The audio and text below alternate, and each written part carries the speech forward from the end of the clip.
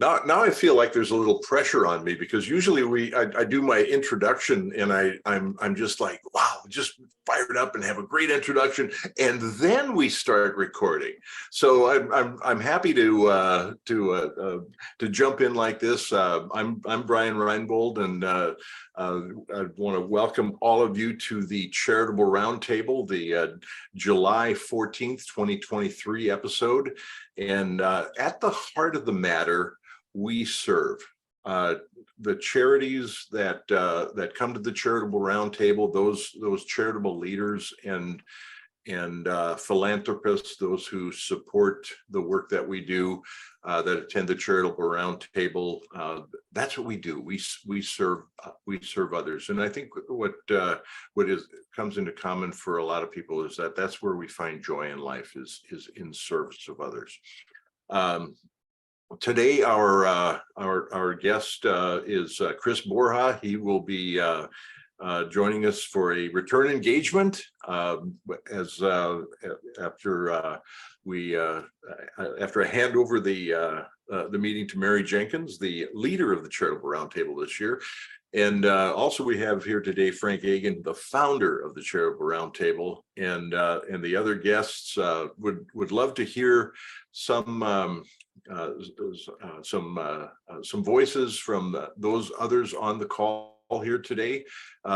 If I can just go around the screen as I see you and call on you, and if you would tell us who you are, who you work with, and why you're here, and what you might benefit from in this experience here today.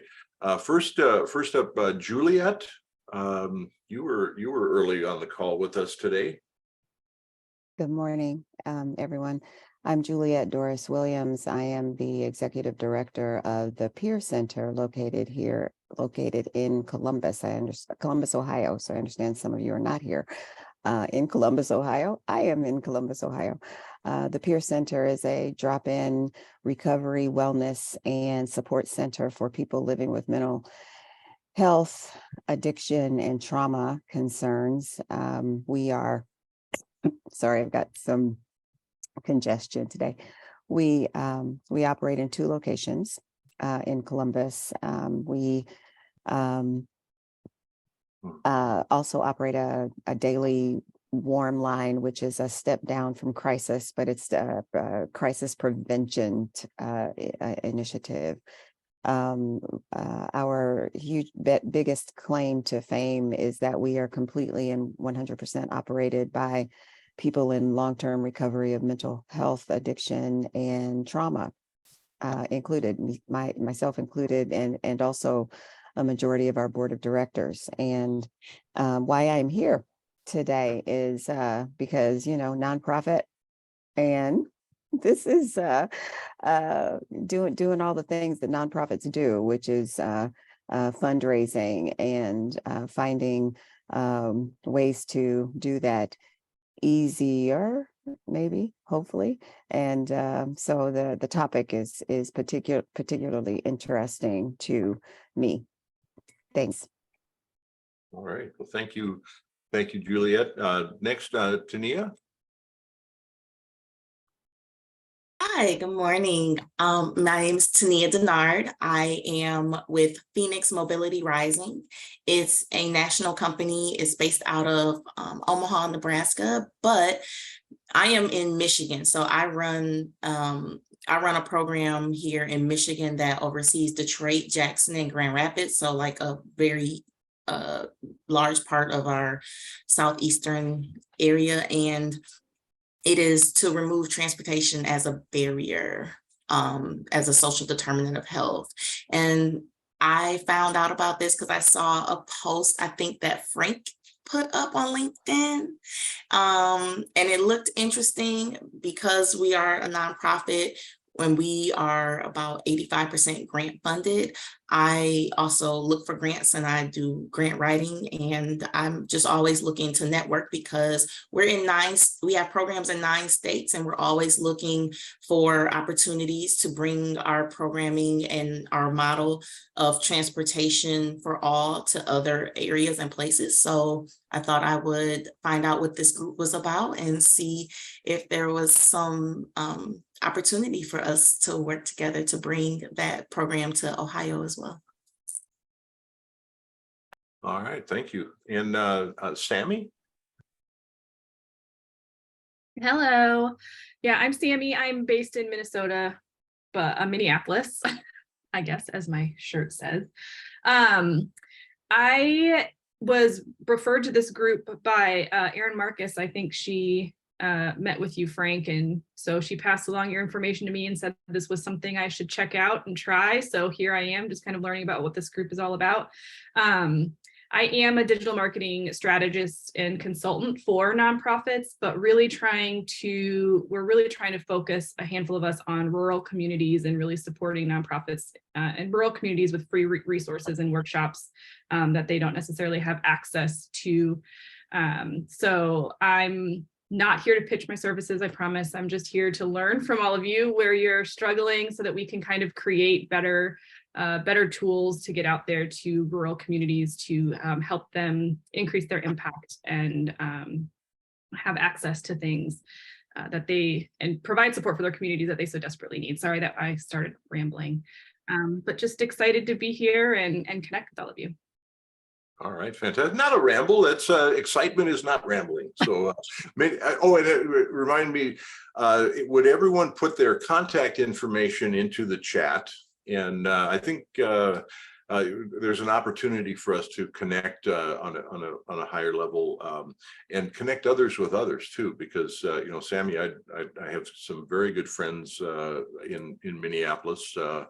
And the Center for Purposeful Leadership, if you're familiar with them,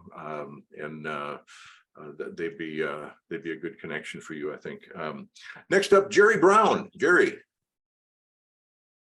Good morning, everyone. My name is Jerry Brown, and I'm an institutional investment advisor, so support team for PNC Bank. I do have a soft spot for nonprofits in my heart. For right now, I'm at summer camp with the Boy Scouts of America. This is the National Youth Leadership Training that they provide for all the youth. And I've been in Columbus, is where I'm based, for a little over a year now. I learned about the Charitable Roundtable through Donald Wells. Some of you with whom are familiar, has a nonprofit accounting practice here. We worship together and was my premarital counseling coach, him and his wife, Michelle, with my wife, Kendra, and myself. And we got married last year, and I want to learn more about nonprofits and how in any way I could help, PNC can help in any way. All right, thank you so much, Jerry. And Jerry's going to be on our program here in a couple of months. So that's something to really look forward to.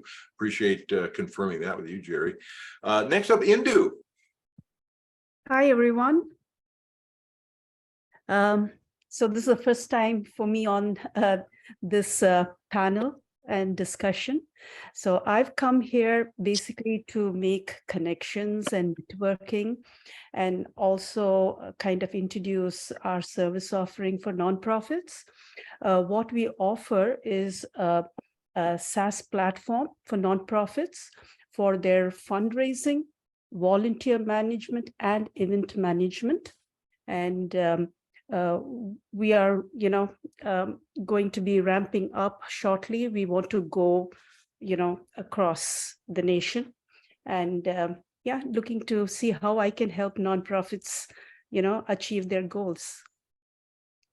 All right, fantastic. Thank you so much. Next up, one of the original friends of the roundtable, Jim Bishop. How is everybody? Frank, I got to tell you, I've known Chris Borja longer than I've known you. So, we've been doing this for, 2015. Yeah.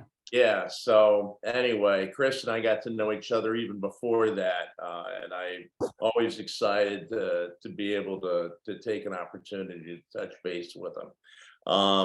Anyway, I'm Jim Bishop, financial advisor, Morgan Stanley, but I've, very grateful for the kinds of people I've met in this organization or see in this organization.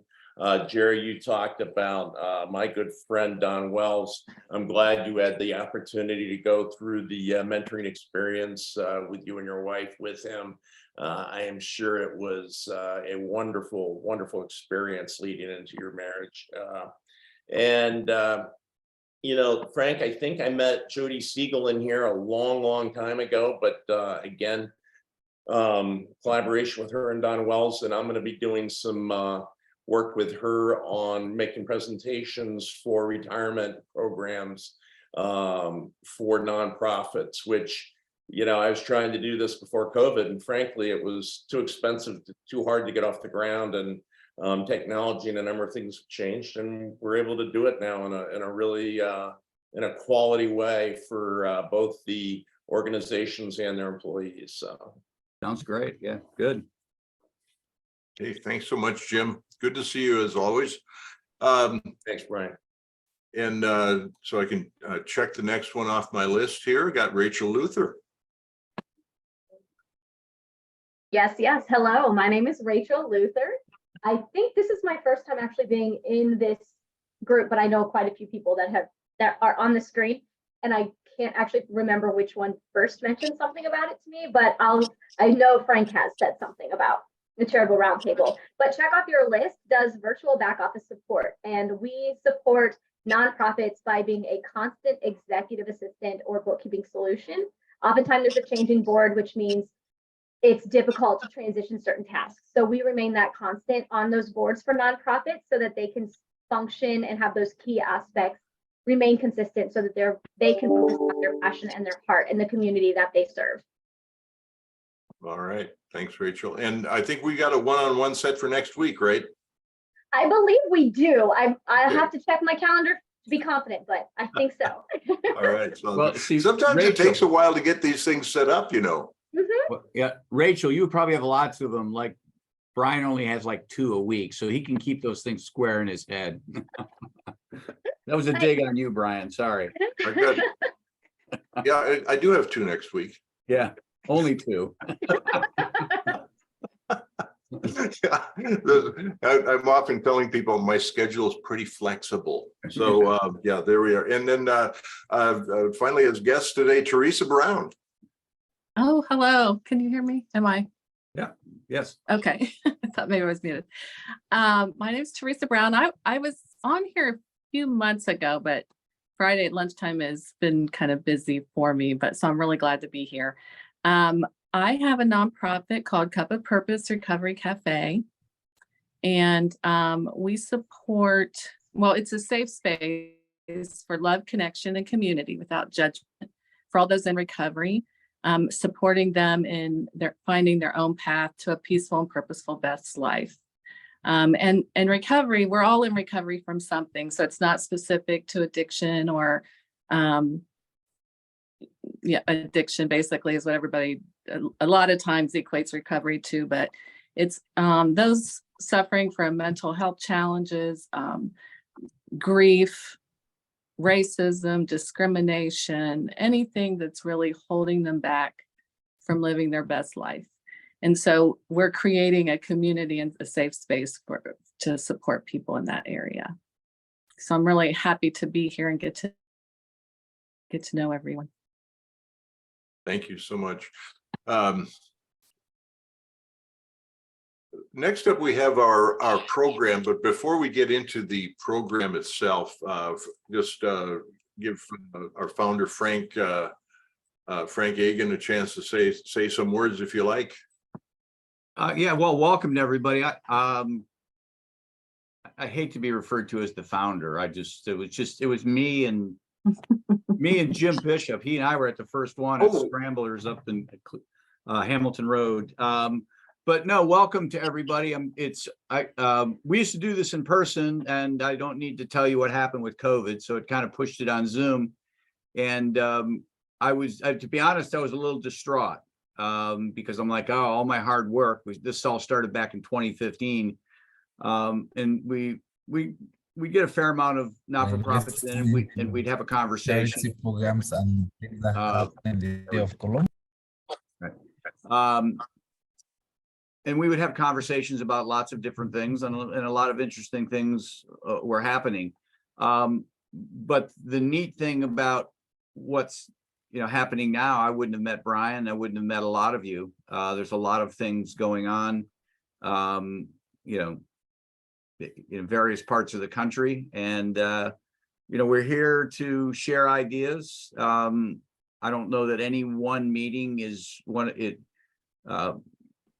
I don't think any one meeting's like winning the lottery, right? Hey, this is it. I'm all set now. It's like anything, every meeting you kind of chip away and you get one more little piece of information or one more contact that's going to help you along the They way. may not call for you guys, of course, because. All right. Anyhow, I get no respect. Go ahead. Back to you, Brian. All right. Thanks, Frank. Hey, William, you want to introduce yourself and say hello to everyone? I just muted him again. Okay. Unmute William.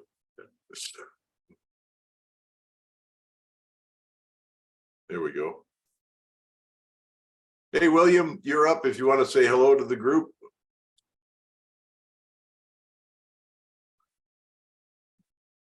He might have had to take call or something there. So, all right. At the end of the show, at the end of the presentation today, we'll have a chance, hopefully, to see what your key takeaways are, what's been created for you, what that causes you to commit to going forward from today's event. I have another training that I'm going to have to be leaving for at the top of the hour, so I will have to catch up at another time. But at this time, it's my pleasure to turn things over to Mary Jenkins. And I describe Mary Jenkins as the heart of the round table these days, because she's like the heart and soul of the round table, and I'm the feet and the mouth. She makes sure things get done. And one of the things that she's been doing a wonderful job of this year is promoting the round table and getting outstanding content for us. And so she's got a show today for us with Chris, and I will at this point turn things over to Mary Jenkins, and tell us a little bit about your organization. Thank you, Brian, but I will say this.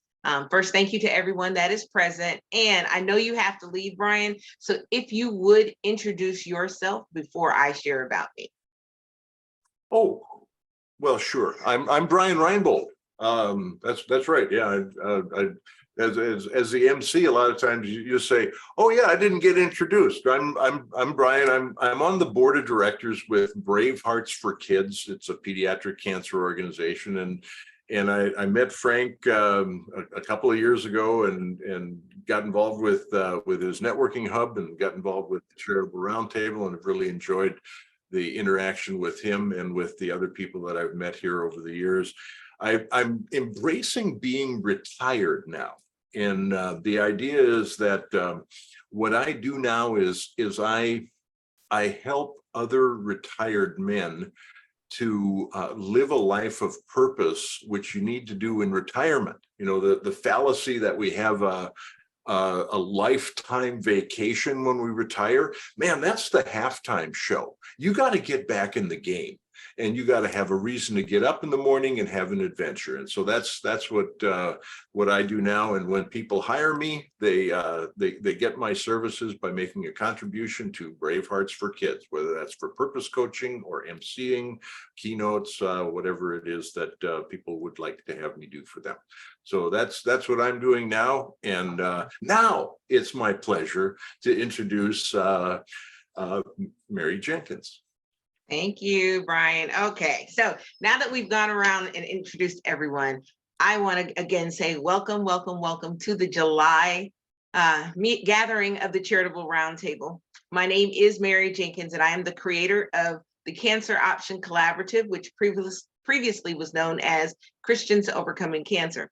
It is a 501c3 nonprofit that provides emotional support and financial assistance to active treatment cancer patients. We specialize in raising money to help them pay their bills so that they don't have to experience eviction, utility disconnections, the car getting repossessed, or anything really that comes up. We are the organization that focuses on helping them. Aside from that, I'm also the author of the book Destined to Overcome. I am a remote online notary, so I'm able to notarize documents all across the country. And I just love being here. And so I've been part of the Charitable Roundtable, gosh, I want to say maybe 2018, 2019. And I'm just so excited about what it brings. As a founder of a nonprofit for 17 years, I've seen a lot of the problems that nonprofits have had and things that they look for. And knowing that Frank and Jim Bishop came together to put together this space so that nonprofits can learn about different subjects and things is phenomenal. And so with that, I do say again, I'm glad Jim's on here. Thank you, Jim, and thank you, Frank. So now here's the good part. Okay, and I get excited because I know the information is going to be so amazing for everybody that is here. We are recording because we have a YouTube channel. So if you are not yet following the Charitable Roundtable YouTube channel, please remember to do so at the end of today's meeting. But I have the distinct honor and privilege to introduce the person that I call my brother. I tell people my last name is Borja, but my real name is Mary Jenkins Borja. And the reason is because when I met Chris, we met literally, when we met, I was like, this is my brother. And he is going to be my brother. I don't care what he's involved with, whatever he's involved with, I'm trying to be involved with. And so when he presented the last time about the importance of networking amongst nonprofits, we also started talking about his business. And he has a business where he has literally mastered how to have events virtually. And so by us being nonprofits, think about having a virtual event where people from across the country, around the world, can actually support what you're doing. And since none of us really know how to do that, we decided to bring the expert in. And so I have the distinct pleasure of introducing to some and presenting to others, the one and only Chris Borja. Go ahead, Chris. Thank you, Mary. And just honored to be here. Frank has been a big inspiration from the very beginning of my networking journey, which I shared last time I was here, and having somebody to model after that was out serving and giving and reaching success through helping others become successful. And Jim was also instrumental because I don't think he realized it at the time, but I was brand new to networking. So the year was 2012. I was just getting started. And Jim invited me to a coffee meeting, just had me out to coffee. And I think it was just something that's so natural for him to do, is to serve and to help. And I don't think he realized how much of a difference it made, to just because I was new. So I had no clue of what I was doing. I didn't even know you're supposed to have coffee with people or meet for one-to-ones, but to be able to take a little bit of time to just explain how networking works and how the different groups work and some things to look out for, things to do. And it made a big difference. And I like to open with that because there's so many times that we can make a huge difference with connections that we make here in the roundtable, outside in the marketplace, at various events that we go to. And really, networking is not about selling something, but it's all about building relationships so that we can share resources and create win-win situations. So we have people here that are serving directly through nonprofit organizations. We have people that serve nonprofit organizations, and we all become connectors for one another in this arena, which makes it super powerful. So just want to, thank you, Frank and Jim and Mary, for your friendship, and appreciate everyone being here to be able to support one another and to support nonprofit organizations. But before I start, what I'd like to do is just get some feedback and you could type this in the chat. So when you hear of an event being virtual, so today's topic is virtual events, and we'll talk a little bit about hybrid events for nonprofit fundraisers and different types of. So when you hear that something's going to be virtual, and no holds barred, the good, the bad, the ugly, whatever your first impression is, when you hear that an event's going to be virtual? I want you to type that out in the chat. What's your first impression when you hear an event is going to be virtual?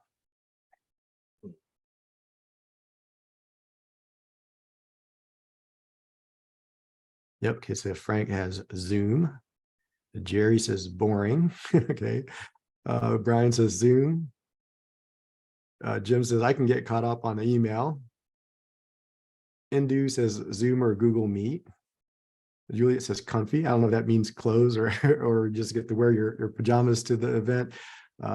Teresa says or ugh. I don't know how to pronounce that. Tania, I hope I can pay attention the entire time. Brian, pants optional. Okay, so I'll make sure we don't ask everyone to stand during this presentation here. Mary loves them today before she wondered if it would be boring. Sammy says 50-50 could be great, might not be engaging. All right, very good. So this is great feedback. You know, a lot of times we'll think Zoom and oftentimes we're on Zooms for a good chunk of the day. And especially during pandemic, we were on Zoom for business meetings. We were on Zoom for our kids' schools, for those of you that have kids. So Zoom became, it's a great medium. It's a great platform, but it's not fully utilized and adapted to events. So what I'll do today is share some ideas and tips that can help you make your next event a lot more powerful and engaging. And if you look at some of the chat comments there, there's some benefits. So comfortable, you know, you're at your own home. There's a lot of benefit to that.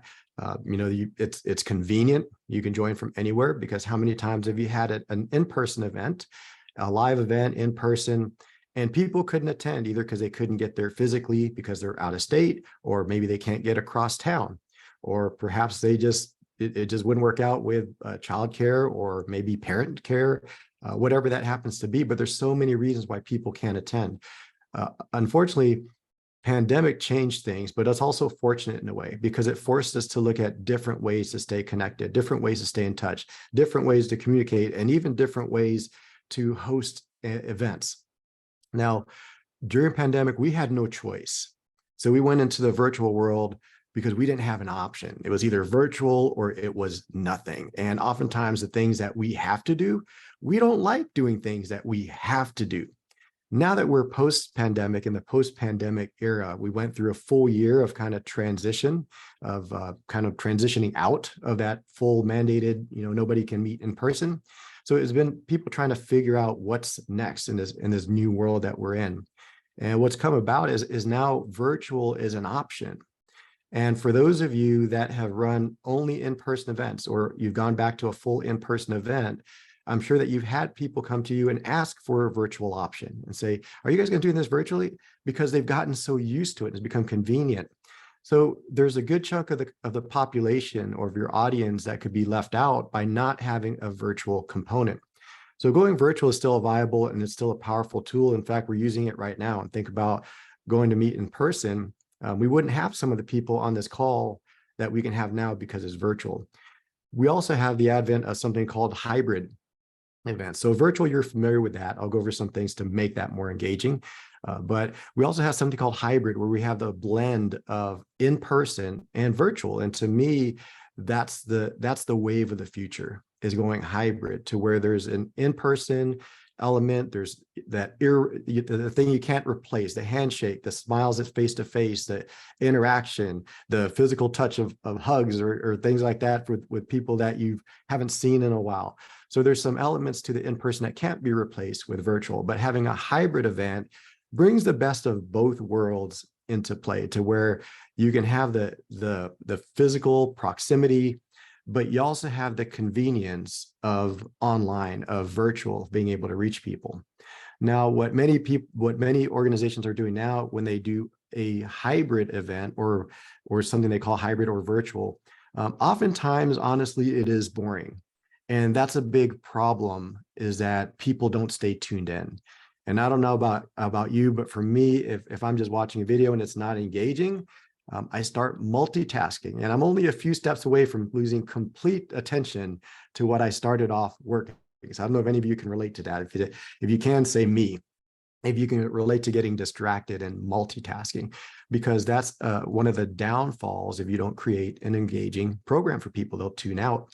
What happens, either they're working on other things on their computer, or they step away and they start doing things around the house, like washing dishes or vacuuming the house, or folding laundry. The reason why makes a big impact on a virtual event, especially, or hybrid event, especially for nonprofits, is because nonprofits, when you have an event, is designed to generate revenue through fundraising, right? You're trying to create revenue for the organization. And if people aren't at their computers, if they are not paying attention, how are they going to follow along with the call to action if they're not even in their seat? So think about how you can keep people in their seats for a virtual event and do it throughout the program. And so what I'm I'll share a few things that you can do to help with engagement and to keep people at their computer and keep them to where they're ready to participate when it comes to that call to action, whether it's to donate or to volunteer or to take some other action that's important to your organization. So a couple of things that are also an advantage when you talk about going virtual. You have a larger reach. You can reach anyone everywhere, and that is huge nowadays. The world has become a smaller place. We had one event that we hosted, and we had people from Zimbabwe. So the event was hosted here. We had the main presentation coming out of New Jersey. I'm here in Columbus. The presenter was in New Jersey. They had guests from all over the US, and they had a whole church or a whole organization down in Zimbabwe with 70 more people watching on a video monitor. So it expanded the reach. So you have a larger reach by going virtual. Also, in many cases, it creates a reduced cost, because the cost of going virtual is generally less than it would be to pay for a venue, for the food, the decorations, presenters to come in, lodging, per diems, transportation, all the different things that go into running an event. And of course, there's always a potential for going over, because everything adds up, table covers, centerpiece, everything just adds up. It's also a big time savings, because with a virtual event, you actually can, and even on a hybrid, you can cover more ground. You can reach more people with less demands on staffing, less demands for volunteers. So think about an in-person event, how many greeters you need, how many people to help welcome and all that kind of stuff, and just to answer questions, walk people through. You don't need all of that with a virtual event. You can increase revenue through going virtual or hybrid because of the larger audience. You can reach that, and also you have sponsorship opportunities in addition by going virtual that you could present as a value add to some of your sponsors to give them extra reach. Greater impact, of course, as you invite more of your members, more supporters can attend.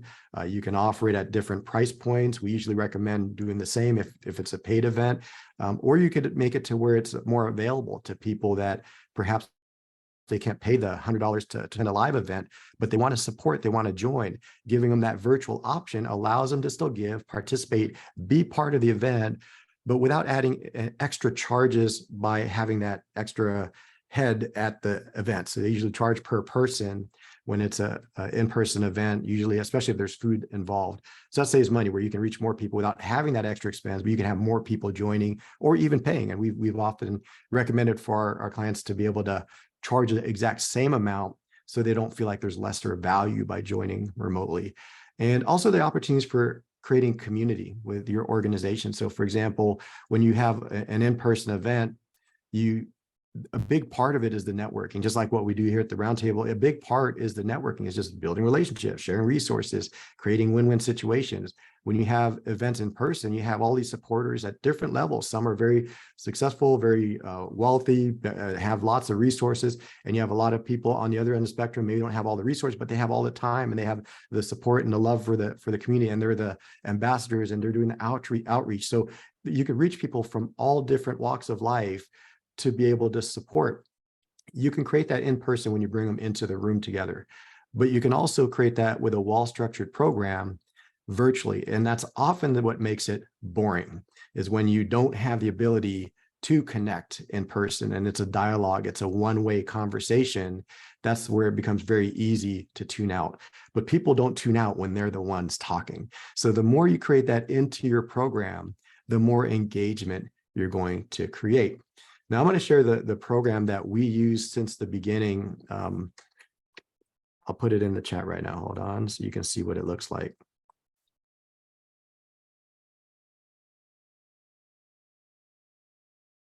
So before pandemic, we run a networking group. So a big part of my mindset and approach is from a networking standpoint, creating community and adding value through community.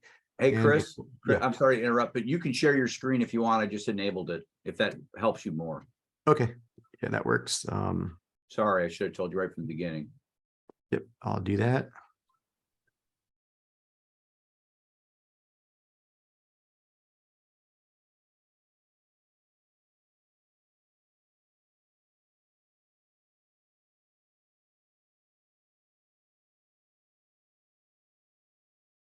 Okay, so this is one of the resources that we utilized, and we started this before pandemic. So this is one of the platforms we found. We're looking for a way to create community, and then pandemic hit.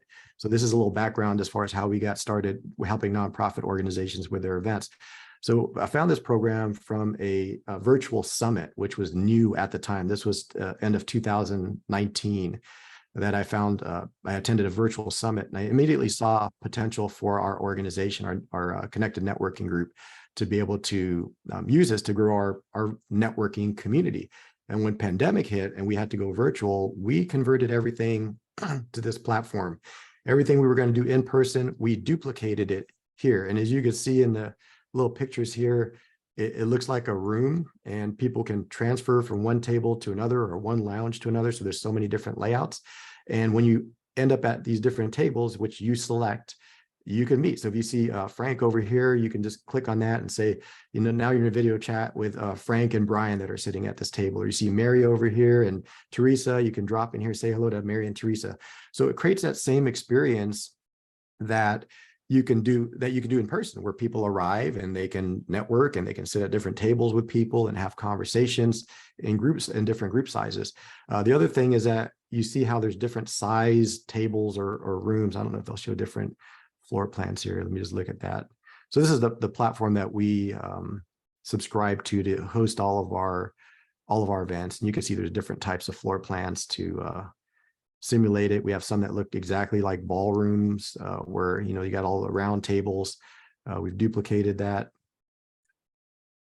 Okay, so basically, by creating this environment, it simulates the in-person experience. So now, see, like Zoom right now, I'm the only one talking, and no one else is really engaged other than maybe in the chat, and hopefully you're paying attention.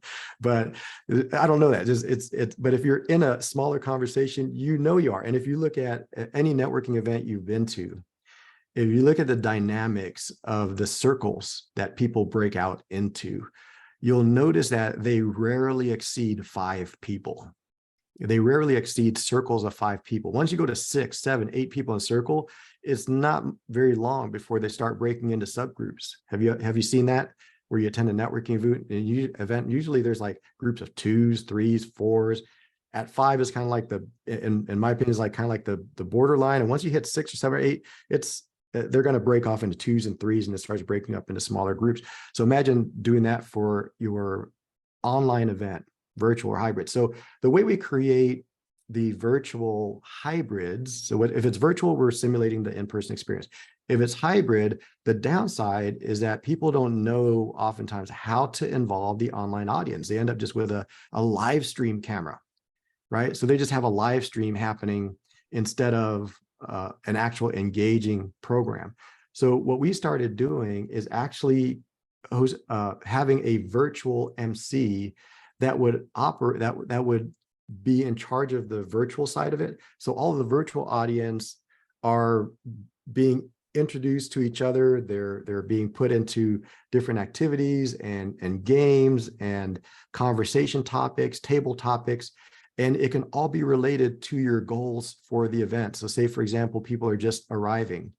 Your online MC, so this is somebody that's just talking to your online audience. Your in-person audience has their own MC that's catering to the in-person audience. They're each experiencing two different things. You're not mixing the two. You don't have people in person joining online or bringing their laptops or doing that. So when hybrid, don't think of that. The in-person is in person, the virtual is virtual, but they're happening simultaneously.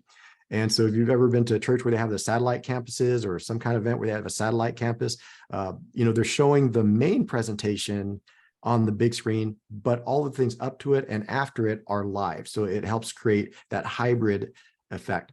So the online MC is facilitating all of the engagement interaction. So think about what your result that you want out of your event. Is it creating new community? Is it being able to raise funds for a certain specific cause within your organization or a project within your organization? So you can ask questions or have your MC ask questions like, how long have you been part of the organization? Or what are you most excited about this next year? Or any number of questions that help them to get to know each other. Again, that creates community, it creates camaraderie, it creates connections. The more connections you're able to create, the more involved they are during the program. Because let's say that all of us right here met at virtual tables before a fundraising event, we're more likely to stay on the entire fundraising event because we see our friends that we just made. We see our friends on this thing as well. And guess what happens when it comes down to the call to action? And you have the opportunity for the online MC to even welcome or to go on a virtual stage or to mention in the chat of people that have supported or given or donated, which creates the new norm of like, oh, I see my friend Juliet just donated. Maybe this is my time to donate as well. So there's that social proof. Okay, this is what we're doing right now. We're all donating right now. And you see your friends that you just met, but we start seeing that. And so that also can increase fundraising quite a bit when you have that activity and involvement. Now, let me show, this is from our slides. I want to show you some of our events just so you can get an idea. It's me just describing it. Okay, so here's some fundraising events that we've done. So you can see we've done side by side. This was, we've done live auctions, we've done silent auctions, all the things that you can do in person, we can duplicate it online. This one down here was a hybrid event. You can still have that thermometer of how far are you or how close are you to your goals. You can see they're doing this similar type thing here. So all the things you do in person, you can do virtually because most donations nowadays go through a link, don't they? You have a link that you send people to donate. So as easily as you can tell people to scan a barcode, a QR code in person, or here's a flyer, type in this website and donate now. You can do that all instantly on a virtual or a hybrid event. Other things to take it to the next level is, this is what a hybrid event would look like, where there's a virtual component. You could see some of the tables that are exactly the same as the tables in person that are set up in person. So people are sitting at virtual tables the same way they're sitting at the in-person tables. And then this is what it looks like behind the scenes. So you see, you could have a camera crew that's filming this. The other thing it does for you is you could bring higher caliber speakers at typically a lower cost by going with a virtual or a hybrid, because people that, they don't need to, your speaker doesn't need to spend 3 days away from their family, which they account into their costs, in addition to their first class tickets and their 5-star hotel or 4-star hotel, but they can join remotely for the 30 minutes that they're doing their keynote presentation. You can bring high caliber speakers to your event on a lower budget in most cases by bringing them in virtually, and most of them can become available all of a sudden when they're able to join remotely. So you can see here the speaker is up here. That's actually Don Wells up here was emceeing this one and talking to Stephanie Hightower, who is joining us remotely at this particular event. So they're having real in-time conversations back and forth. This picture down here was somebody that was part of the team in the audience. So they were monitoring monitoring the chat and engaging with the virtual audience. And down here, you could see all of the little circles representing the people that were joining remotely. So imagine what your next event can do as you expand these. So you can utilize a program like Remo, which is what we use for our events. You can also duplicate this on Zoom. So if you want to use Zoom because you're more familiar with Zoom, you can absolutely do that. Hold on, let me stop my share. You can absolutely do that as well and recreate it. So have a virtual MC here. You could do the breakout tables to help people get to know one another. That creates connection within the event.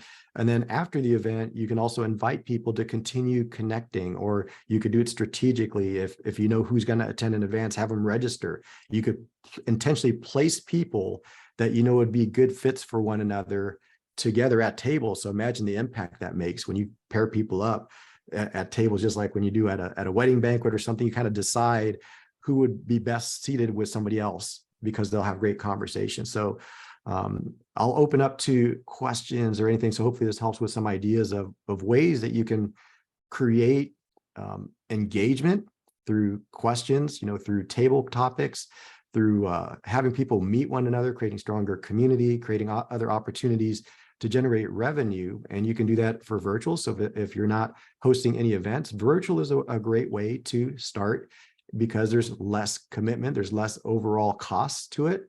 And then if you're already hosting an event live, consider making it a virtual event and try it for one event and see how it impacts your attendance, how it impacts your fundraising goals, and also the longevity of it. When you have this, you can also record everything.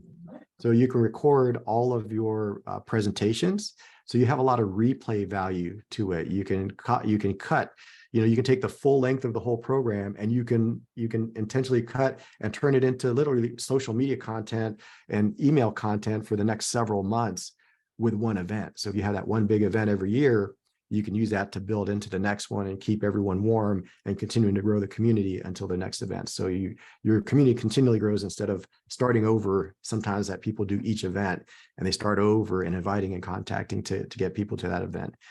So I'm going to open up to questions. I shared quite a bit. So if there's anything that I could support or help with, be happy to answer any questions you might have. Chris, go ahead, Frank. Well, I was just, obviously that's the software you use, and I appreciate you sharing that. And you're somebody who does a lot of these things. So you've kind of climbed the learning curve. For many people, it's like they run an event, like Juliet. She runs, she puts her stuff together. She's like, I don't have time to try and figure this thing out. And I'm just using you as an example, Juliet. If Juliet comes to you and says, hey, we would love to do this, we see the power of this, Chris, can we hire you to kind of be the guy on top of the learning curve for us? And what would that look like?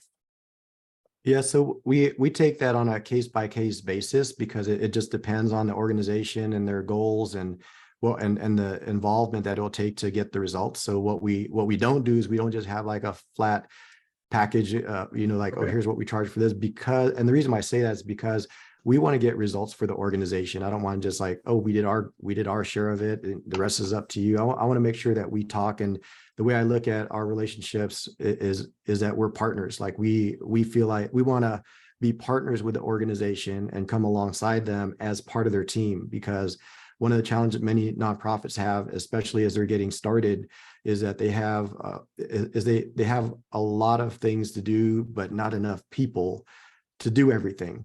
And for them to learn something else. So we started coming alongside, and this is actually how we started this business, that we started coming alongside people and being their partners. So that way they wouldn't have to learn something and implement it. We would just do it for them. We would just take over this whole section and do this for them. And that's a big part of our mission, is to support nonprofits with their missions. It's something that we're passionate about, because it's fun, and we feel like we can make a greater impact, not just by hosting an event, but the ongoing impact that organization can create. So that's actually how we started. Was I just started helping organizations for free at the beginning of pandemic, and then organizations started saying, can you just do this for us? I didn't have any intent of making this a business when we first started. I didn't have a business plan and design it and say, oh, there's this huge need. I just started serving and helping people, and people started saying, can we just pay you to do it? And that was the beginning of the company. And we just continue to grow through the last few years until today, and helped organizations of both nonprofit and for-profit organizations generate well over $2 million in that time in revenue from our events. And that's not even all of them. I think that's just what I've counted. But yeah, basically, Frank, we'd love to come alongside an organization. I just invite anyone that has questions or interest, I'll help with questions, guidance, and then we just see where it takes us from there, what exactly they need. If they just need somebody to help support and point and shoot, or if they want somebody to do a done for you, including platform and whole production crew and camera crew and all that kind of stuff, we do all of it. Okay, all right. So that answers the question. Reach out to you, and so good. Thanks. So as somebody who actually did have an event that was virtual. So and this is for those that are in the nonprofit space that really want to explore this. I will say this: be careful who you partner with. We had an event called the Summit of Inspiration. The purpose of the Summit of Inspiration was to bring together individuals and share their stories.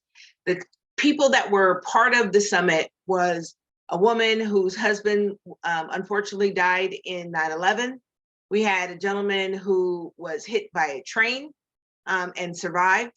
Unfortunately, his dog didn't, but the dog saved the wife. A traumatic experience, but he's such an inspiration. And we had a woman who was homeless and went from being homeless to a multimillionaire through Amazon. And so we had these people, they were all across the country. And I had met a gentleman who offered to create this event for us. But he really was, what he ended up spinning it to say, I'm offered to help your people create it, which is very different. And so that's what really got me connected with the virtual space, because Chris and Borja Virtual came in and saved the day. And so first, if you're thinking about doing this, be careful. Talk to somebody that is recommended. I highly recommend Chris and Borja Virtual, only because, like I said, I've used their services before. And with having someone to walk alongside you, when I think of the Peer Center, because I was like, wow, that is something. They probably have events and they probably have people that they could connect with outside of Ohio. And if they had this type of event, whether it's a hybrid event or a virtual event, that could be very beneficial for them. And so one of the reasons why we wanted to make certain that we had this type of discussion is because, as nonprofits, we're always looking for funding. We're always looking for whether it's a grant, whether it's that beautiful person that says, I'll write you a check for $20,000, or having an event. And these types of events can be very, very beneficial. Chris shared a whole lot of information in a short period of time. And I was like, whew, that is a lot. And so one of the things, Chris, I would like you to explain a little more on is the benefits between a virtual event and a hybrid event. And do you think that is going to be the way of the future, and will it last? And then I want you to include the benefits of AI with virtual or hybrid events. Yeah, so as far as virtual, I think that because of the fact that we were during pandemic, everyone was forced to adapt to virtual. It became a mandatory, like literally everyone, our kids, everybody had to go virtual, right? So everyone went virtual. I think if it was a 2-week lockdown, like they initially said, 2 weeks, I think it wouldn't be the way it is now. But because it was 2 years, it's become habit for many people. I've gone from most of my coffee meetings that I would go out to a Starbucks or a Panera or something like that to meet people. Almost all of mine now are done virtually because of the convenience for me and for them. It's just so time efficient that I can get more done in less time by going virtual. So when you start to see the benefits of virtual, it stands out, but but it hasn't transferred over so much to events. And the reason why is because most organizations have not figured out how to make the virtual event engaging, interactive, fun, how to keep people's attention. And so as far as hybrid events, it's the same thing. I think hybrid is actually the best of both worlds. I think hybrid is the way to go whenever possible, because it gives you the in-person connections, but also the online convenience, and you don't leave anybody out. And like I said, anyone that's gone to 100% in person inevitably you have people ask, well, is it available online too? Is there a virtual component? So they ask for that, but you don't realize it to take it away. So I feel like the combination of both is it is the wave of the future. Virtual is not going away. I mean, we're here as proof that virtual is not going away. We're already outside of pandemic, used to do this in person, but it's a lot easier for everybody to do it. So I think events are the same way, is that when it's fun, engaging, people are getting value from it. I think it'll be, I don't think it's going anywhere. I think it's just a matter of how well people adapt and fully utilize it to be able to maximize their fundraising efforts.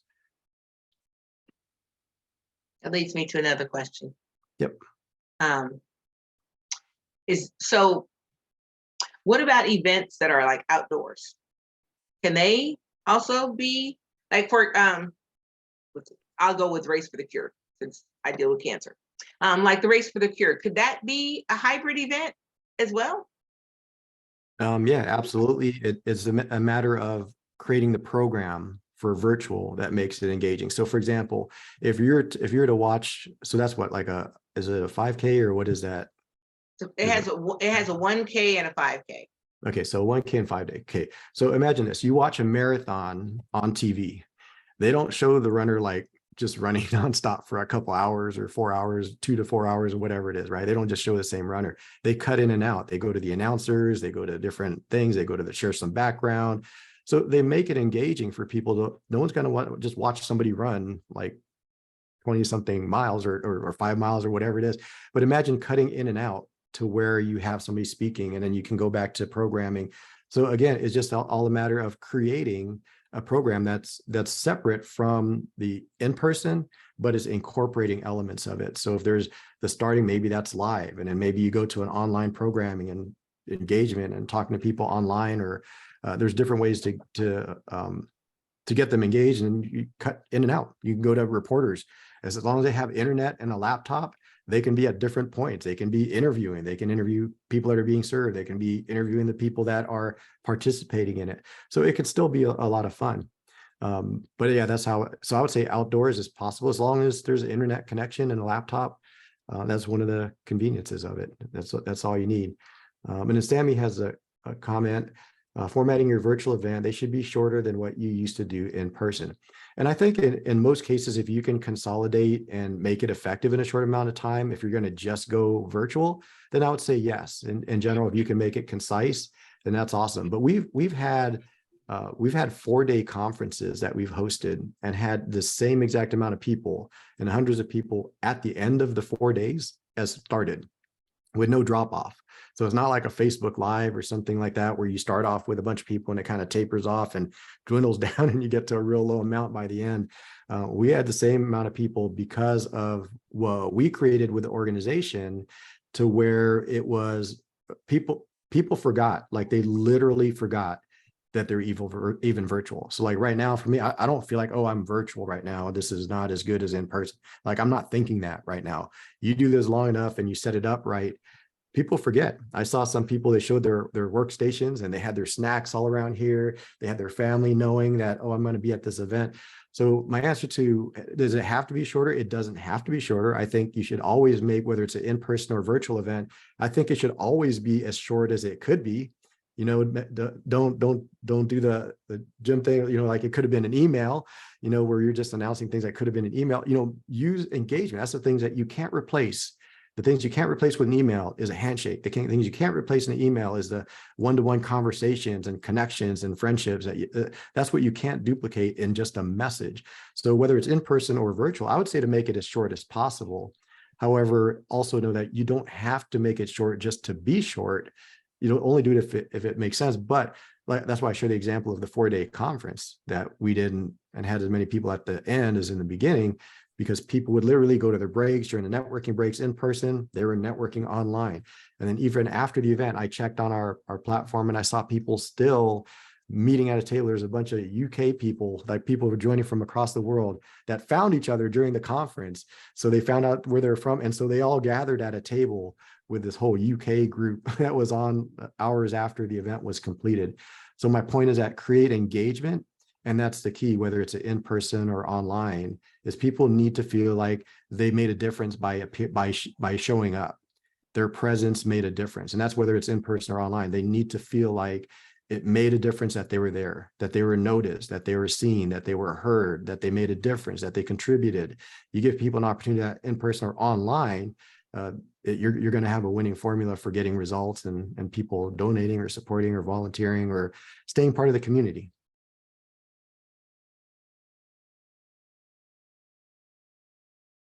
That's good to know. Does anyone else have any questions? I just think this is, I appreciate you coming on. I know this helps you, but I think it helps a lot of people. We've had this conversation before, Chris, with other people, and I think what was really helpful for me, and I would assume for other people, is seeing it, right? I've heard people talk about it, but I've never really seen it. And that's just, it's kind of like describing a car to somebody back in the days of horse and buggy, right? It's like, okay, I don't get it. But now I get it. So thank you. Pleasure. Chris, do you still have I remember there was a time when you first started that you had like interactive demos. Do you still have an interactive demo? Yeah, so we just do those for each person that is interested. So we'll start by finding out what their needs are. And we have our website where people can just book a time and we take them through the slides and show different things that are possible. And the purpose of that is really to, like what Frank said, just kind of seeing it and having an idea and having a visual of what's possible is really what we do, is just try to paint the picture of what's possible. And something that they oftentimes don't think of. We've created engagement and all kinds of. We had one that was a cooking. You wouldn't think that you'd be able to have a meal together. So the organization had meal kits sent to each of the homes of people that were participating that registered, and they actually made a meal together. They didn't just like eat a meal together. They made the meal. So they sent them the kit, and they had two people on live on screen that were in it. So they're in different places, but they're in their kitchens with a camera set up, and they're just bantering back and forth. And it was hilarious. They just had a lot of fun joking with each other as they were preparing this meal, while everyone did the same at home. And then everyone ate, and they continued with the program and brought up testimonials, and even went live to a hospital and had somebody remote broadcasting from there, sharing a testimonial. So pretty much anything that you can visualize, you can create. So what we want to do is just to be able to help people see possibility, because we can create almost anything virtually. And we do this right up front. Like if I can help them right up front before we contract, all that kind of, I'll share it all. I don't hold anything back and say, oh, you got to pay us, you got to, get a contract for it. I just share everything. If they can do it on their own, awesome. Like I share our platform, I share everything that we do. If it's something that you can duplicate and do on Zoom, I would encourage everybody to do it. I'm just here to be able to help people. And so with those demos, all they need to do is book on our website, is borjavirtual.com. And, we'll go through and I'll walk through ideas that come to mind, things that we've done, give them ideas right up front. And then there's some people that will say, hey, we'd just rather have you do it instead of us learning all this stuff. Just do it for us. And that's been good for our business, and it's been good for all the organizations, because we're able to help everyone that calls. www.borjavirtual.com. Yep, here, I'll drop it in the chat. And I know that there are other companies that provide the virtual service also. I don't know the names of them, but I know at different times people have come through and they've shared that they help businesses do virtual. Because of Chris's position of wanting people to understand and share everything, I recommend that those that are in the nonprofit space schedule a time to go through it so you can at least see what's available. Then you have a better idea. So if you decide to have a virtual or hybrid event and you want to work with somebody, it may be Chris, it may not be Chris, but you at least have a better idea of seeing what it could look like. Because that's something when Frank said he got it better after he saw it. That's important, because I didn't understand it really until I saw it. And then once I saw it, was like, okay, when I needed, I knew who to call. So I again, I highly recommend that you schedule a time. So, does anybody else have any questions?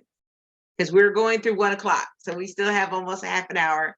And we want to make certain that we answer any questions, any thoughts, any challenges that you may have. And if you do, just come off mute. I just want to say thank you for this. This is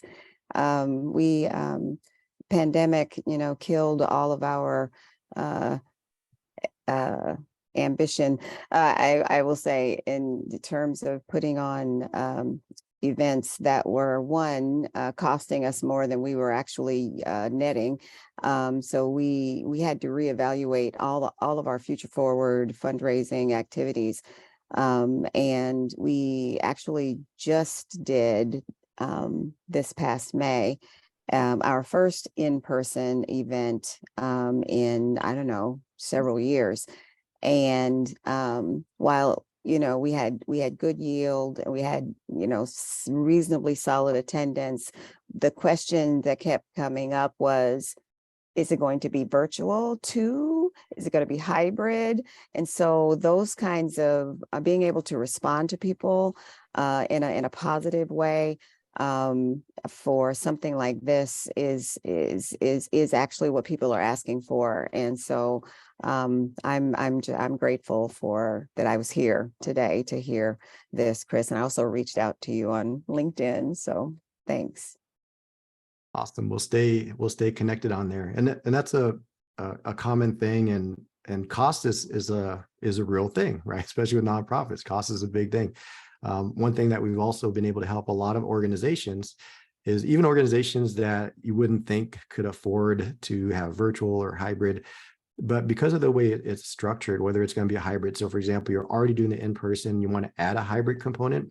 It's a great sponsorship opportunity to say, virtual component brought to you by, and then whatever the costs are for that, help organizations just open their mind up to that and just ask for a sponsorship, because then now that company is on the platform or they're on the promotionals, and this is brought to you by this company or these companies made it possible to bring it to you virtually.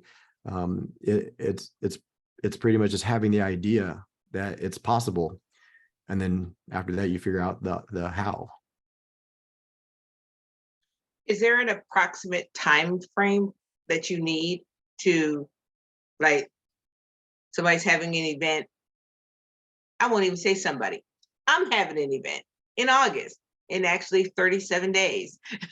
And so if I wanted to, would there be time to add a hybrid component, virtual component? How much time do you need? Yeah, no pressure, Chris. Yeah. So the timing question really falls more on the organization and the prep, because most of the work in putting together a successful event is the promotion and the marketing and getting people to the event. That's the bigger part of it.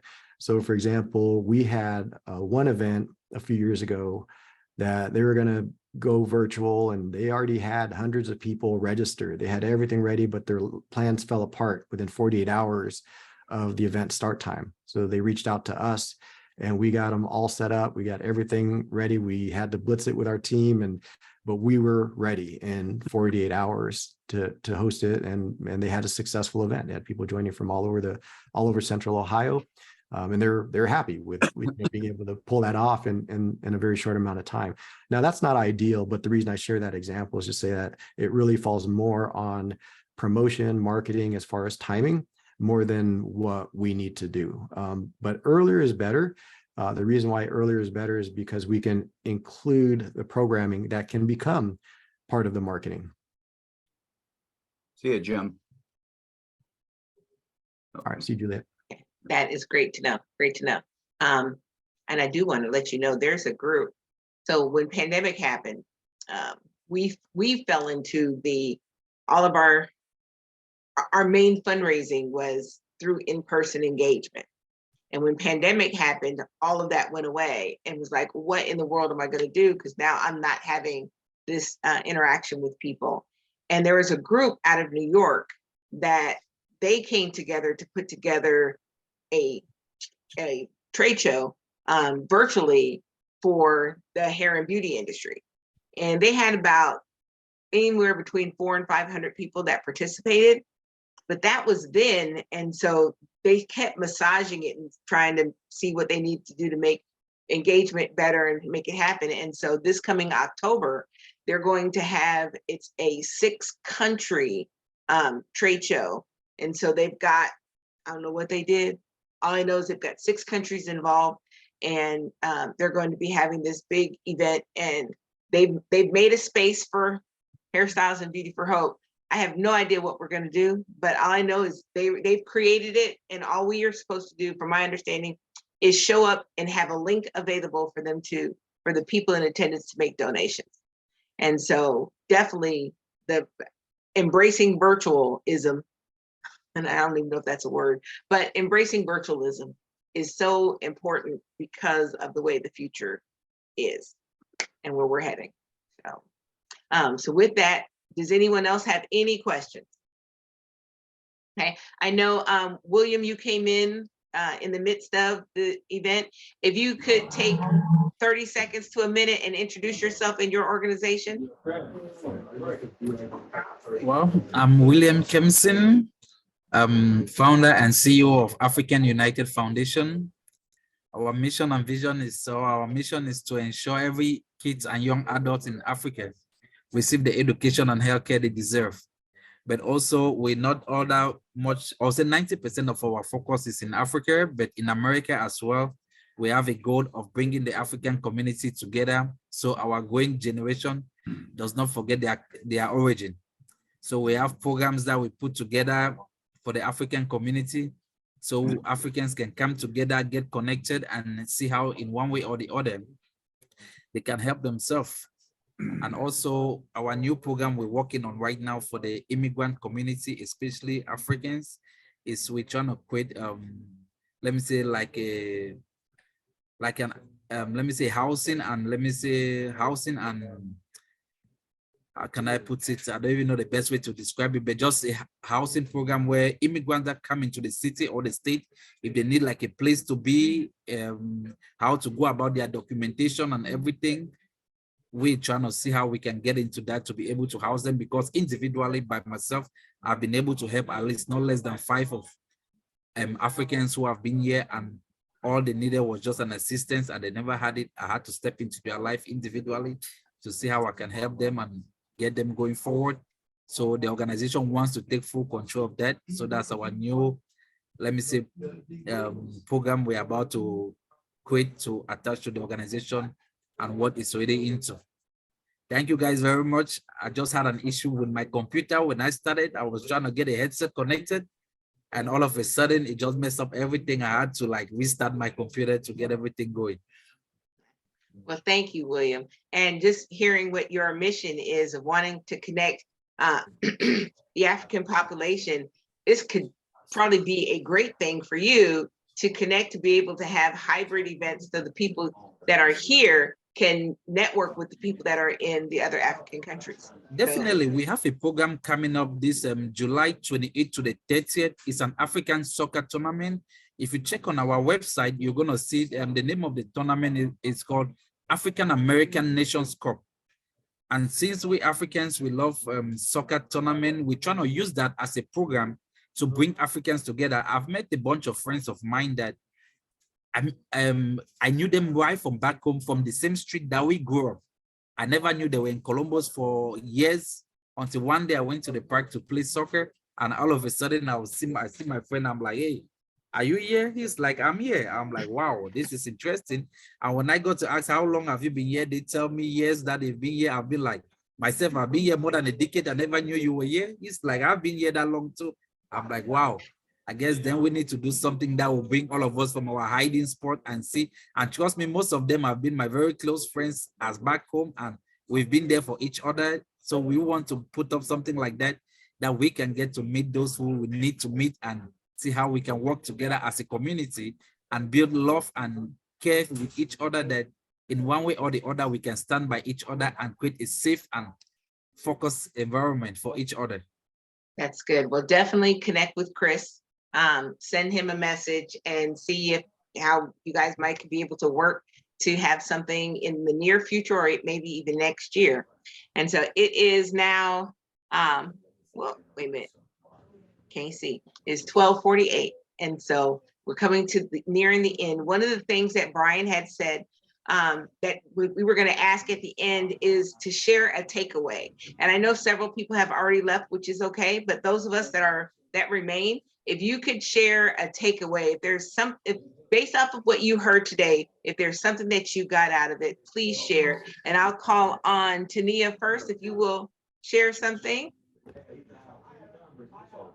Takeaway, that was really a really cool program. I like that virtual space that creates real-time networking for people. So I'm very interested in seeing more of that, and maybe talking with you about some stuff that we have coming up later, because it's definitely useful, definitely will be helpful.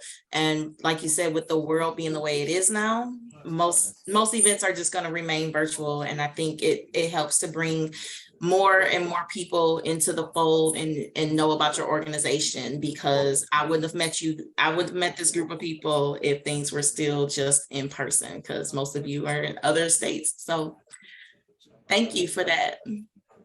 Thank you so much. Sammy, if you can come off mute and share a takeaway. Yeah, I would say the same thing, like the software. One of my biggest clients right now is growing nationally. So all of their events are in person, like all of their family trainings. They support foster kinship and adoptive families. So all of their trainings are currently in person, but as they grow outside of their region, we've been looking for a way to create that intimacy and family sharing, but expand it to a space that they can support more families. And so you really got my mind spinning on how we can craft what that looks like, and how we can use tech to do that, to bring community to those folks and make bigger impact. So that was awesome, because currently right now it's just an online course with, some videos that they can watch on demand. So this is kind of a cool way to maybe do something different and then monetize it in a different way, because it's a free event. So thinking about how we can create sponsorship. So, I'd be interested to learn more on what that looks like with different platforms, on how you can kind of create sponsorship shout outs also to kind of help monetize to pay for the platform. Yeah, here I can share a screen again. Hold on, let me share my screen. I'll show you how to do the sponsorships in one of the value adds. Okay, hold on, let me share a screen.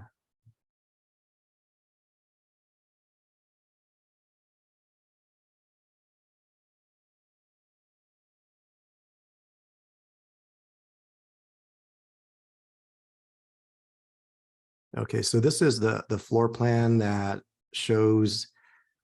So this one, we simulated the tables, right? That looks like the regular in-person event. And then on the sides, we have banners. So these are sponsor banners, and generally these go, I've seen them as low as $500. I've seen them as high as $50,000, which is crazy for virtual. I've seen them everything in between. So imagine, let's just say at $2,000 or, a sponsor, and we have 18 spots, 9 and 9 on this side. So that's already 18 is, I don't know how much that is. That's a lot of money. 30. It's 2,000 a sponsorship. That's already 36,000 just for sponsorships. So not all events are that. Some are higher, some are lower. But at 2,000 a sponsorship average, usually, you have some higher level at $10, $15, $20,000, and you have some at $500 to $1,500. So let's just say 2,000 because the number is a little easier. That's 36,000 before the event even started, and that's something that a virtual event can create, is that focus. Now, if you look at this Ashley home store, if you click on that, it pulls up a homepage that we can customize for them. It could be a video, it could be an image. And then they click through that call to action, it goes to their website, or it could go to a landing page that gets them to take a specific action, or, for all the participants, you get 20% off, or, click here to get a free hat, or whatever their giveaway is, they can do that virtually. So it also creates an opportunity to where if you have some kind of trade show elements, or where they would have been at a booth at the event, where they can do whatever they were giving away or doing a what do you call it? A raffle of some type and giving away an iPad or giving away something.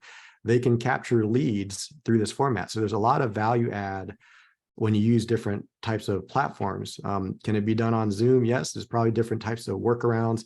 We've been utilizing this platform, and that's why I just share you what the platform is. But this is the one that we utilize to help our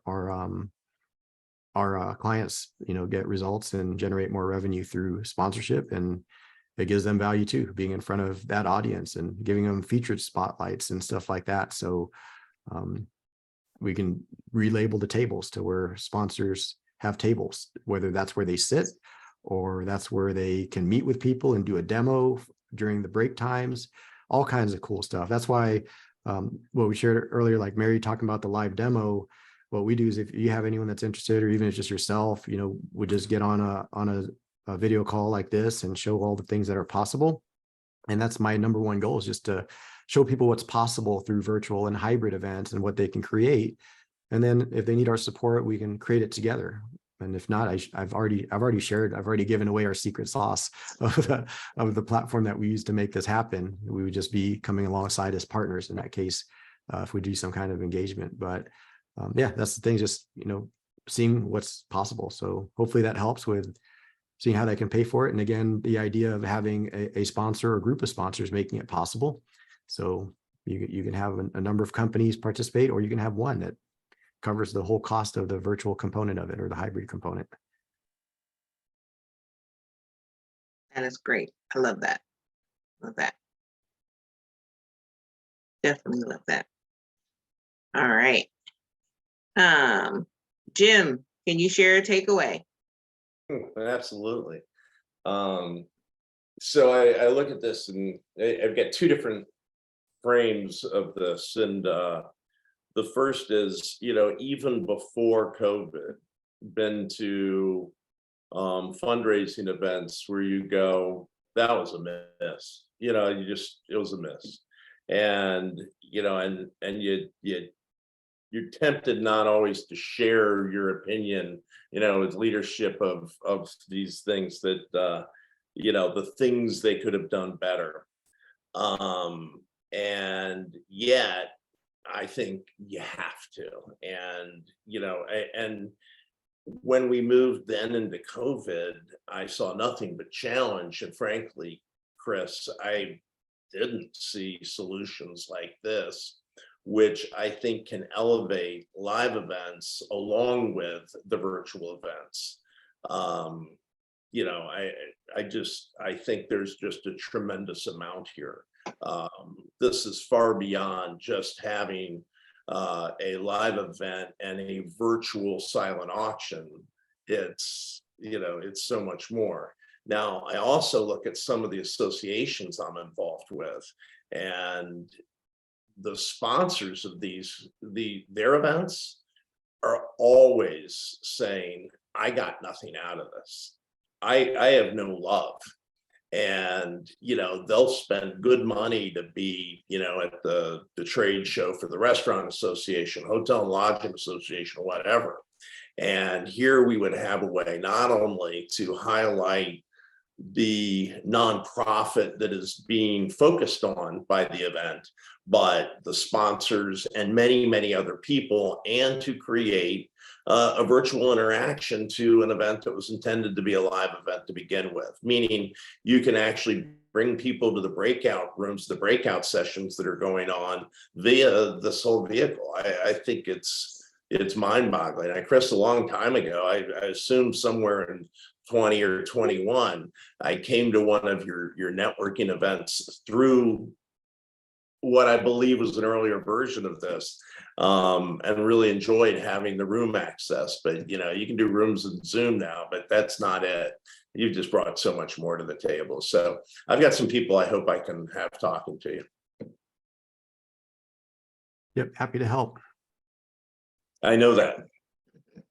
That definitely is great. We know we heard from William what he's doing and what he's up to, and we know that there's an opportunity for him as well. And so with that, I will say thank you everyone for joining us. Next month on Oh my goodness. I didn't remember. What's the date, Frank?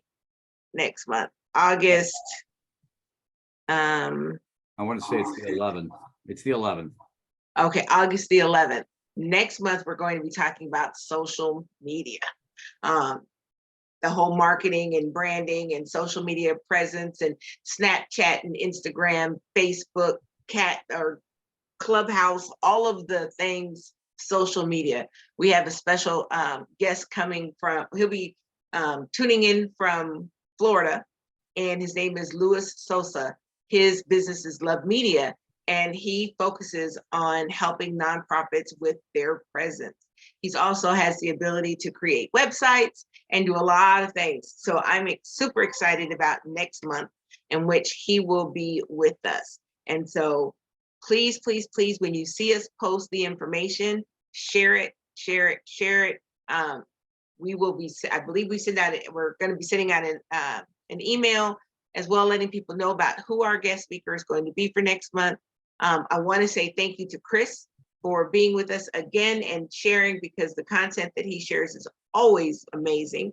And I want to encourage everybody to remember to follow or subscribe to the YouTube channel, and definitely go back and see our previous event, our previous gatherings, and rewatch this gathering, because there's a whole lot of information. And so it is 12:59. We usually stay open until 1 o'clock. But if people have to go, I understand. And we will go from there. Hey, Chris, I'm on your calendar. We'll talk next week. Sounds good. Looking forward to it. Thank you. Awesome. Awesome. Bless Awesome. everybody. All right. Bye. See you. Thank you, Frank. Thank you, Mary. All right. You're welcome. You're You got a welcome. second, Mary? You got a second? Uh-huh.